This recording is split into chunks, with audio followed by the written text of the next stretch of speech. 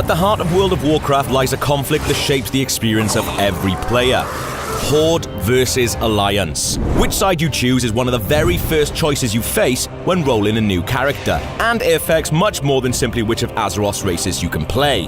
It influences the quests you have access to, the lore you're immersed in, and even determines which of your friends you can play alongside, because you can't raid with your buddies in a rival faction.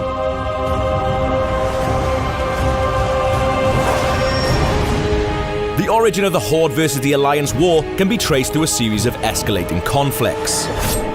What started with the treachery of power-hungry Gul'dan against his own race led to the formation of the original Horde, a vicious warband of orcs corrupted by demonic influence. I have no people! Across two great wars, the eastern kingdoms of Azeroth formed the Alliance, consisting of powerful groups bound by their commitment to justice and survival of their homeworld. For the Alliance! Victories were claimed by each faction, but their losses were also considerable. Heroes rose and fell on both sides, as new Alliance kings were crowned and new Horde war chiefs installed. I speak for the Horde. Despite their ongoing conflict, the Horde and the Alliance have occasionally shown what they're capable of when they redirect their efforts to fight a common enemy. I was wondering if you'd show up. I couldn't let the Alliance have all the fun today. The battle against Deathwing the Destroyer in the Cataclysm expansion showed what the two opposing sides can achieve when they're not consumed by hatred for one another. Ultimately, though, the actions of figures on both sides have ensured that the two cannot remain at peace. This was exemplified at the Battle for Broken Shore, in which both sides fought against the demonic Burning Legion. With the Horde ambushed by Legion forces, Sylvanas Windrunner called the retreat of her troops to ensure their survival in the face of potential annihilation. I knew we couldn't trust her! This left the Alliance vulnerable, leading to the self-sacrifice of the High King so that his allies might escape to safety. Gengremain places the blame for the loss of the king squarely at the feet of Sylvanas, swearing vengeance upon this Banshee Queen and her Horde brethren, which is where the new expansion Battle for Azeroth picks up. I will have my vengeance!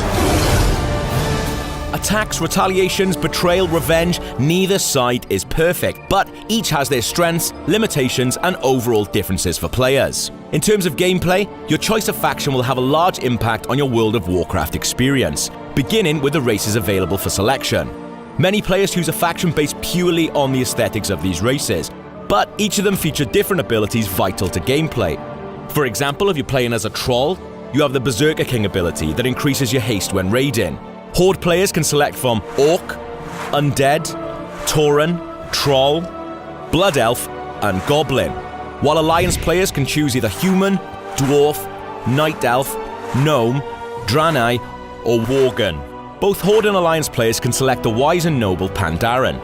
The faction you choose will determine the key locations you can explore as you quest through Azeroth. Horde players should seek out Tirisfal Glades, the eerie starting zone of the Forsaken, featuring gloomy hills, twisted trees, and of course, brainwashed undead. You can also stomp around the cracked red soil of Durotar, home to the Orcs.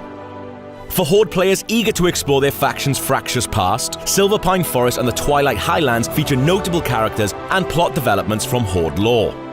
Alliance loyalists can head to Westfall, a noble land turned barren during the Second War, where they'll be thrust into a murder mystery quest that will take them around the Broken Zone and into the Dead Mines before returning to Sentinel Hill for the climax. Later on in their leveling process, Alliance players can head to Ashenvale for quests steeped in conflict with the Horde. There's also Shadowmoon Valley, which serves as an exotic location full of intrigue and heroism.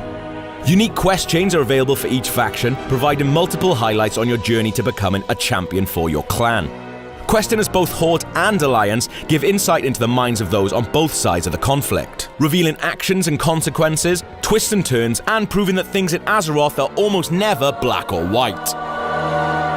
Make your decision wisely, whether it's based on which cool-looking character design you want, which areas you like to hit up, or simply just where your friends are. So, which part will you play in the conflict that's set to come to a head in World of Warcraft's 7th expansion, Battle for Azeroth? If you like this, check out our unboxing video for World of Warcraft's Battle for Azeroth's Collector's Edition. It's lovely.